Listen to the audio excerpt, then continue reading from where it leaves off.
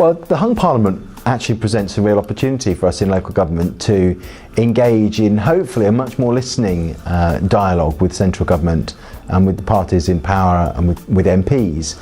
And one of the areas I'd like to see real change and reform, particularly in this context of a commitment to political reform from all the major parties, but certainly it's something the Liberal Democrats have championed as being their priority in any coalition government.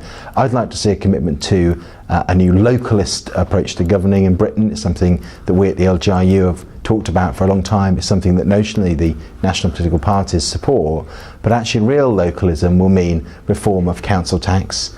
It will mean less legislation coming out of Whitehall, which is something we might anyway expect to see in a hung parliament situation.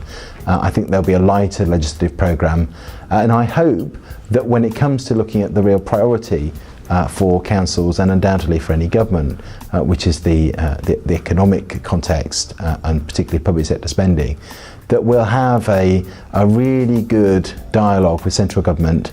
Perhaps more so than if there was a single party in control who'd gone to the general election with this strident manifesto, either to act now or to act later. These are the sort of different views in the political parties. In a sense, once they've done that, they then put that into practice with some force, having got the electorate behind them and that mandate. That's how we normally expect to see central government operating, in a bit of a sort of swaggering way.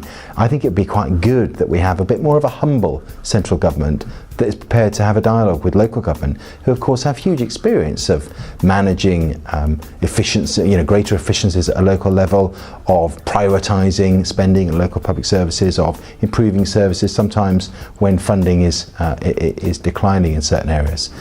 So that new relationship, I think, is something we can all expect to see or hope to see coming out of this hung parliament situation.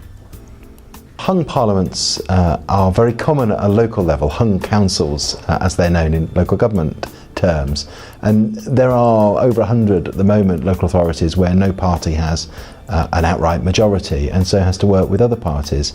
There are lots of Labour and Liberal coalitions in the country, but even more at the moment Lib Dem Conservative coalitions in places like Leeds, in Birmingham, where the Liberal Democrats and the Conservatives have run the council now for 4 years, on quite a stable basis in terms of the stability of the administration. So yes, local government has much to offer to central government in terms of its experience of operating in an environment where no party has an outright majority. And I think what in particular local politicians might be able to do to help the politicians here in Westminster at the moment is to say, well, this is how you bring together a programme for government. These are how you try to merge together your different policy ideas into a clear budget, a clear basis for legislation for the next Queen's Speech and for the years to come, because of course that's what happens at local level. Competing parties have very different ideas at times, and they have to bring those ideas together and try to do what's right for their local communities.